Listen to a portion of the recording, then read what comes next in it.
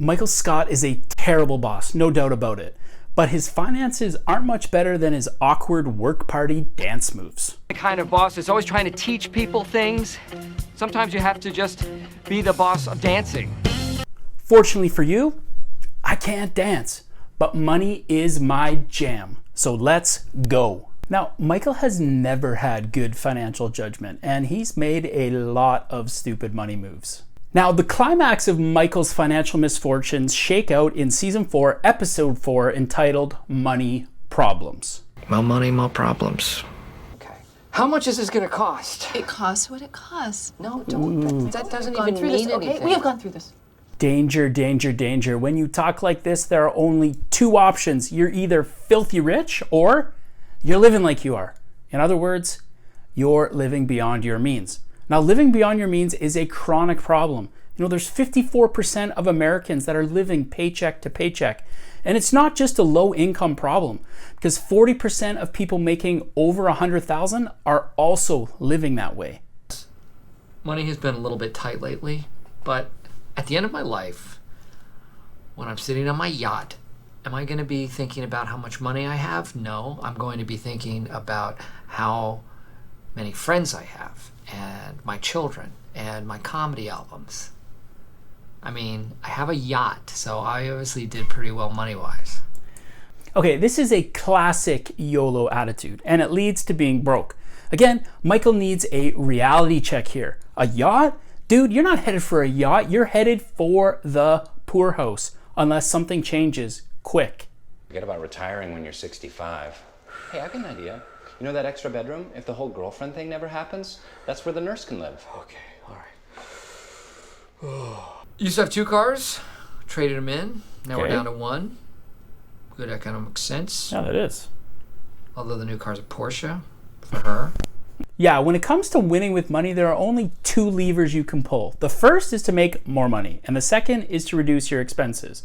And when it comes to expenses, transportation costs are massive.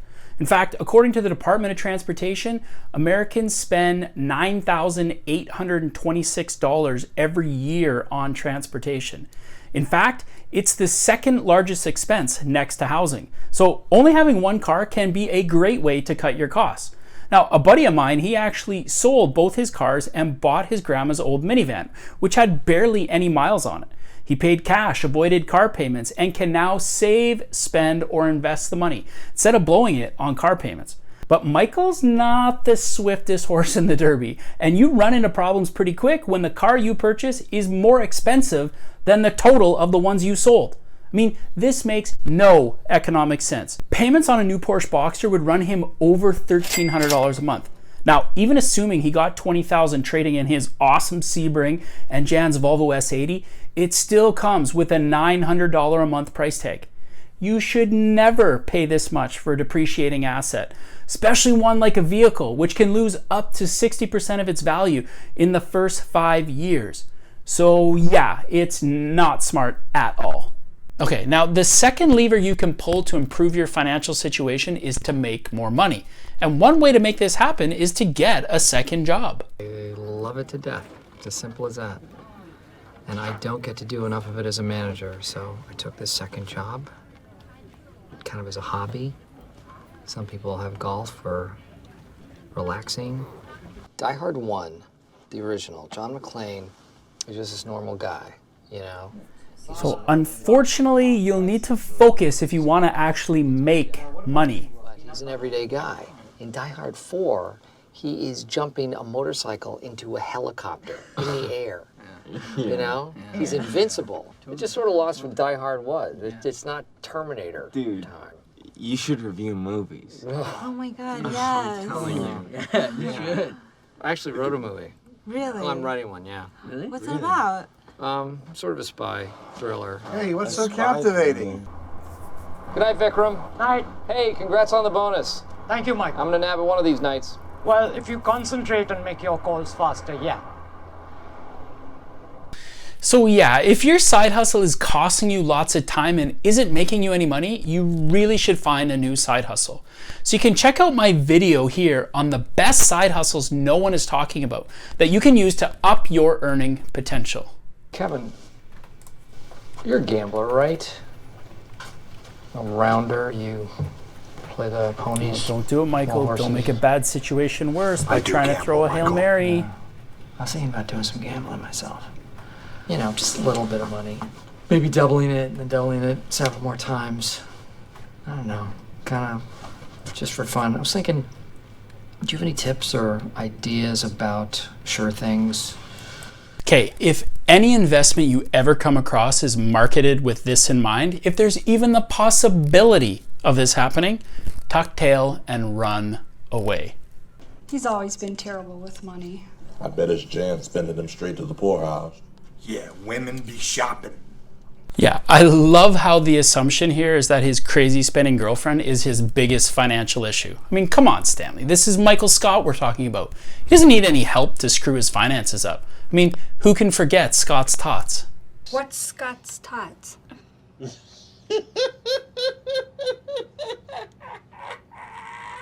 Has it really been 10 years?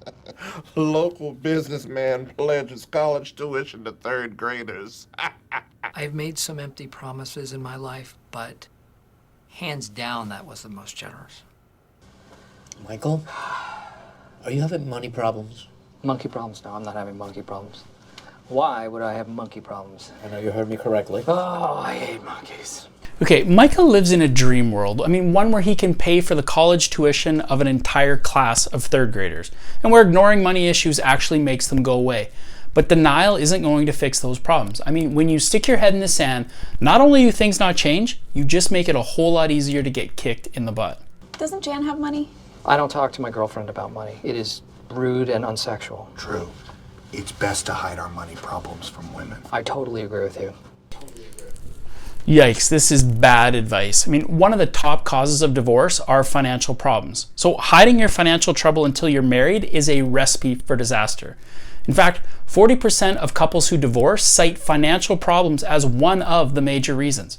Instead of keeping your financial skeletons in their closet, be open and honest with your significant other, even if it's not pretty. I mean, it's better to risk hurting them with the truth than to guarantee crushing them later with a lie. Hey, cuz. Heard you're having money problems. No, you didn't. Listen, I got the answer. You declare bankruptcy, all your problems go away. Creed Bratton has never declared bankruptcy. When Creed Bratton gets in trouble, he transfers his debt to William Charles Schneider. How would that help, Creed? In Monopoly, you go bankrupt, you lose. You don't go by Monopoly, man. That game is nuts. Nobody just picks up get-out-of-jail-free cards. Those things cost thousands. That is a good point. Bankruptcy, Michael, is nature's do-over. Okay, first off, don't take money advice from board games. I mean, I love Monopoly. I love playing with my kids and helping them learn about money. But come on, man. You got to get your financial education from somewhere more reputable than a board game, or someone whose way of dealing with debt is identity theft. I declare bankruptcy! Second, declaring bankruptcy, it does not make your problems go away, no matter how loud you declare it. Bankruptcy isn't just some magical phrase you say and all your problems go away. It's a complicated legal status designed to help people who can't make their payments to lenders. And it's one you should only consider after consulting with a lawyer and financial advisor. Now, it's important to understand that, unlike what Creed would have you believe, bankruptcy, it isn't free. I mean, it costs money to file for bankruptcy, to pay for a lawyer if you use one. And in some cases, you may need to sell off some of your assets to pay as many of your debts as you can. And there are major downsides. First off, your credit score will take a massive beating, and the bankruptcy will stay on your report for 7 to 10 years. That means no credit cards or a mortgage. And it could even affect finding a place to rent or switching jobs. Now, in addition to these issues, depending on the type of bankruptcy you file, you may need to follow a court-ordered repayment plan of some of your debts. And those student loans and tax debts you racked up, they're not going anywhere, as they're not eligible for forgiveness. And finally, before your remaining eligible debts are forgiven, you'll need to take an approved course on consumer debt.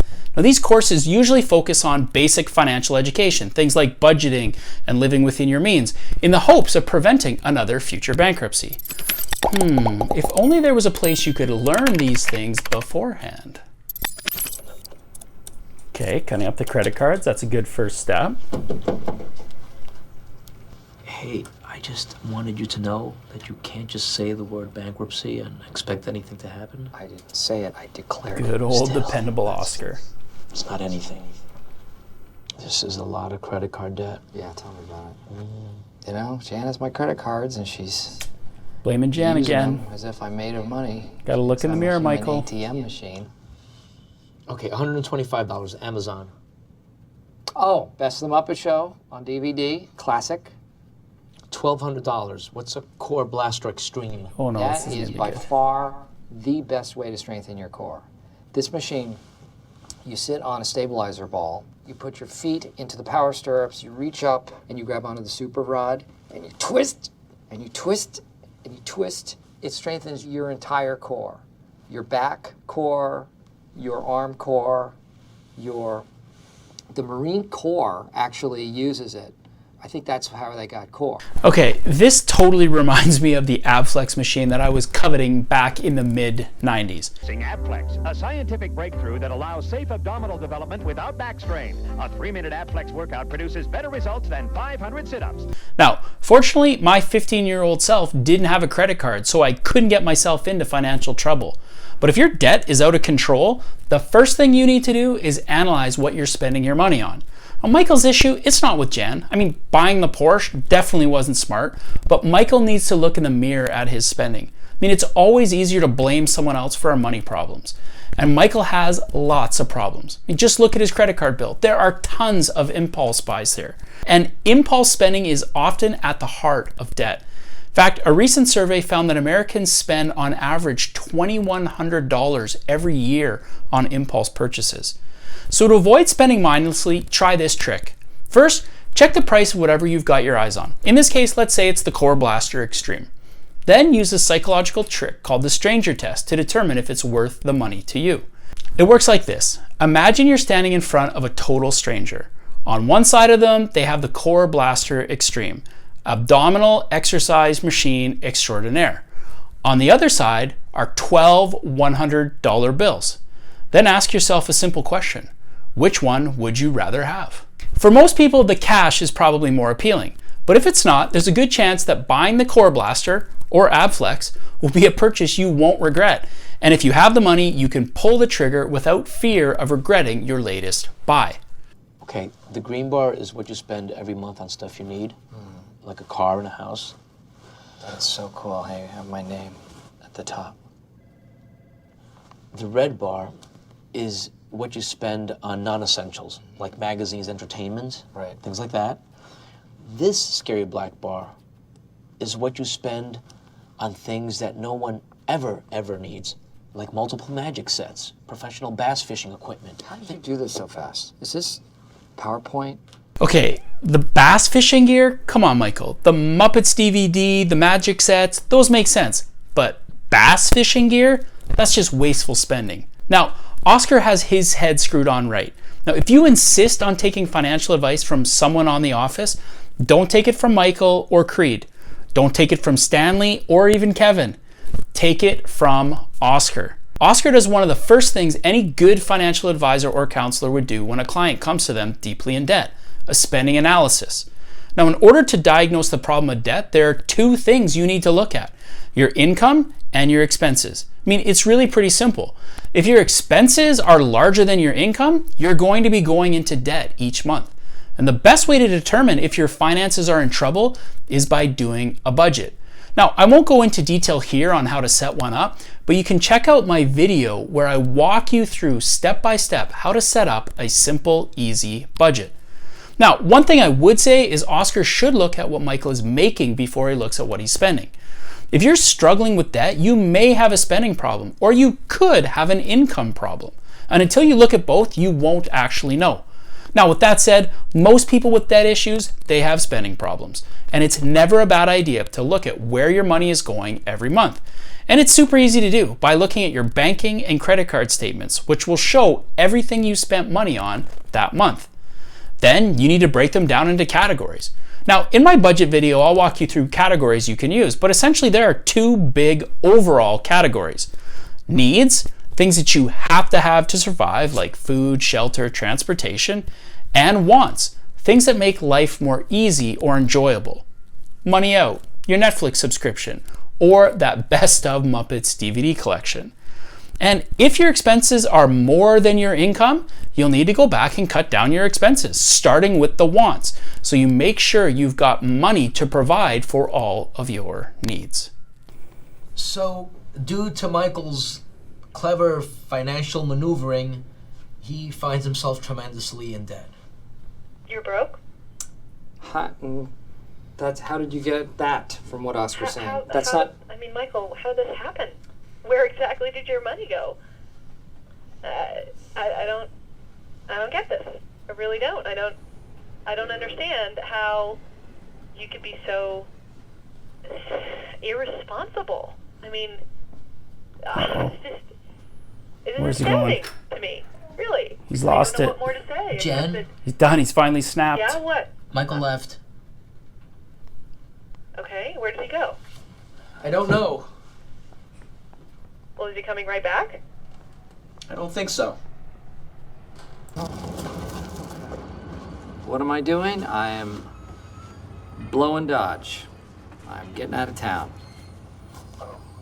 Whatever you call it, I am running away from my responsibilities. Arm feels good. Money problems can feel absolutely crushing. I mean, it can feel like you're in a hole so deep you'll never be able to get out. But when it comes to financial problems, running away won't change the reality of your situation. In fact, the only way out for Michael is through. And this means confronting his money issues head on. Now that starts with him getting a clear picture of where he's at financially. Like we just chatted about, that means building a budget and getting control of his spending. Now, once he does that, he can look at building wealth through regular saving and investing in order to brighten his financial future. I was never in this for the money. But it turns out that the money was an absolute necessity for me. Now, while you don't want to have an unhealthy focus on money, it does touch many aspects of your life. I mean, it's like a hammer. In the right hands, it's a tool for great good. But when used irresponsibly, it can be a devastating weapon. And for Michael, it's definitely gotten him into huge trouble with his impulse purchases. So in the next video, I'll show you 9 key signs you need to hone in on to avoid buying something you'll regret. I'll see you there.